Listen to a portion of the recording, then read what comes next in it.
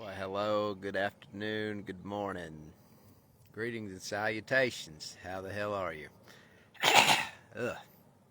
Get all the formalities out of the way. I hope everything's going your way. I'm outside today, so if you hear nature sounds and birds talking, show some respect. They was here for you was. Anyways, with the jokes out of the way, look at this.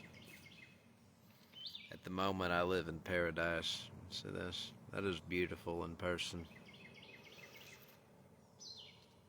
Yeah, that is beautiful way out there in person. Live in paradise. You know, it's up here. It's up here in paradise. Or nowhere, as I like to call it. That I really get a sense for Adam before. Or how Adam must have felt before Eve came along. God saw Adam was lonely. So he made a companion and a helper.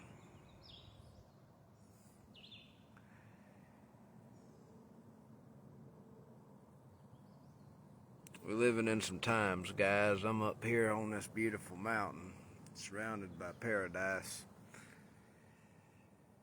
It don't always feel like paradise on the inside. Really, I tell you, the inside affects our lives completely. You can live in paradise, and how you are on the inside, how you feel on the inside, what you're experiencing on the inside, those thoughts, those memories, those emotions, those influences. They damn sure can make you perceive the outside as the minimum nothing worth noticing, and at the most a horrible hell on earth, and at best heaven and paradise. It's in our midst. It's both outside and inside, but it comes from inside.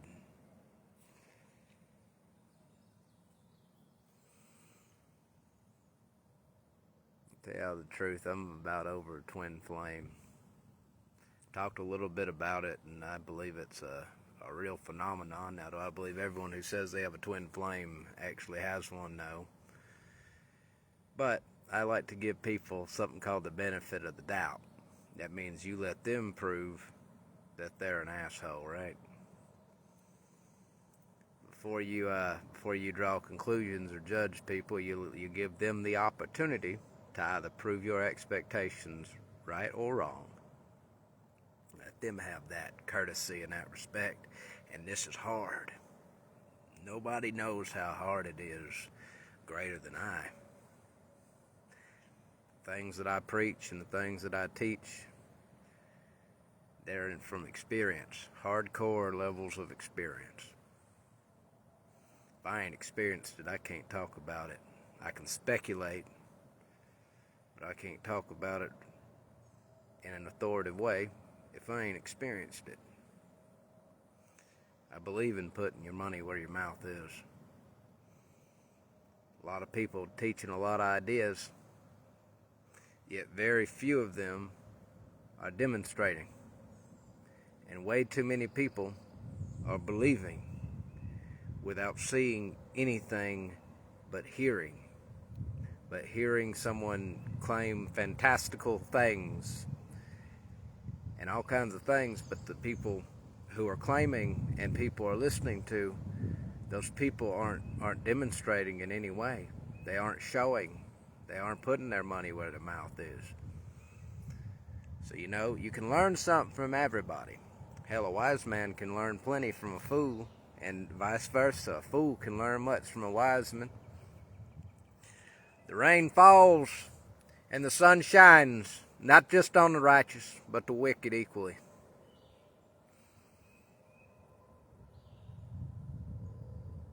Much wiser men than me came up with that. Observe that.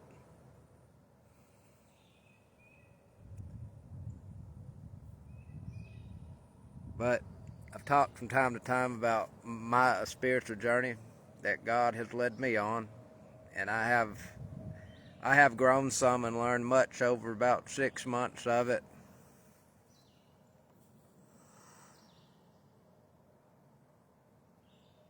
But I'm gonna tell you the truth. I'm about over it. I'm about over the saga of twin flames and in Kurt's earthly life in the 3D.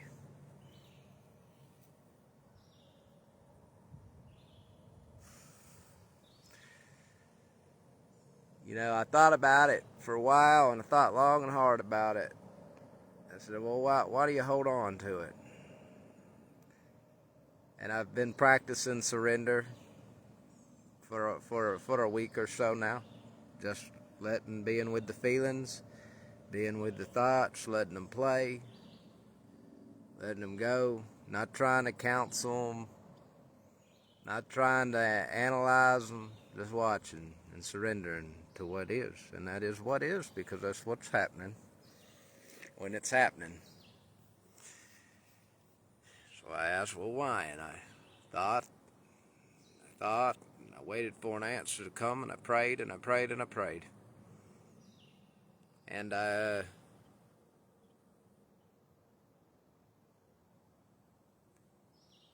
part of me thought, I'd like to say it's passing, part of me thought and believed that if I let go and walked off the twin flame path that God had been so gracious and so giving to give me, I prayed for spiritual experiences, and God gave me entire circuses.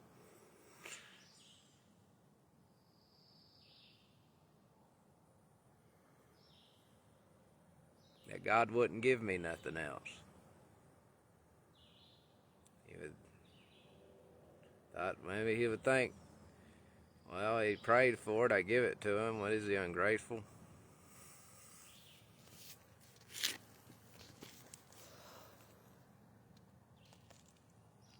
You know, people who say God's not like that, God's not like this and that, and I don't listen to people like I can. How can I put this? If you live like an earthly life, and you're parading around as if that's spiritual, and you're parading around as if you live beyond the 3D life, I don't take you serious in spiritual matters. I have a whole talent of discernment, a whole talent of all these things. I read my Bible. I read it a few times. And I take serious what Jesus said, what Jesus taught. Anybody who ever came to me, and I could tell that they weren't living anywhere near those lessons. They didn't really believe in that stuff. They might go to church every week, they may not. But if you ain't walking a walk, I don't want to hear when you talk.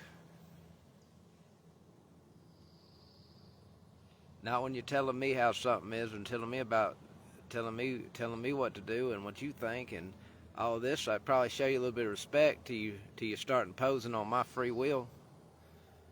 You start trying to sway me and do all these things.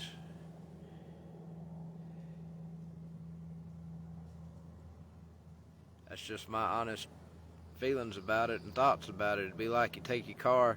You would never take your car to someone who would tell you all about how to fix it, right? But couldn't fix it.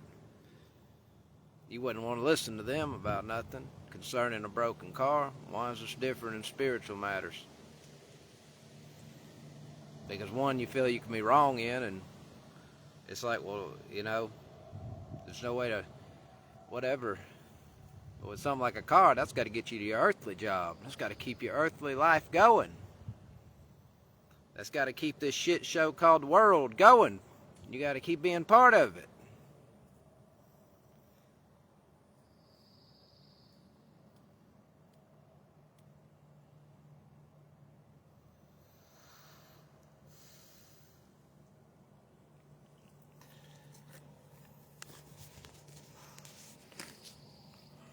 Out over twin flames. You know, last week I didn't even have the urge to talk to my twin at all, and started to get on her nerves. I may have to get up. Hey, y'all hush. Oh, hey, I'll get back to you. Somebody is here. Let me talk to you later, okay? Have a good day. Hope everything goes your way.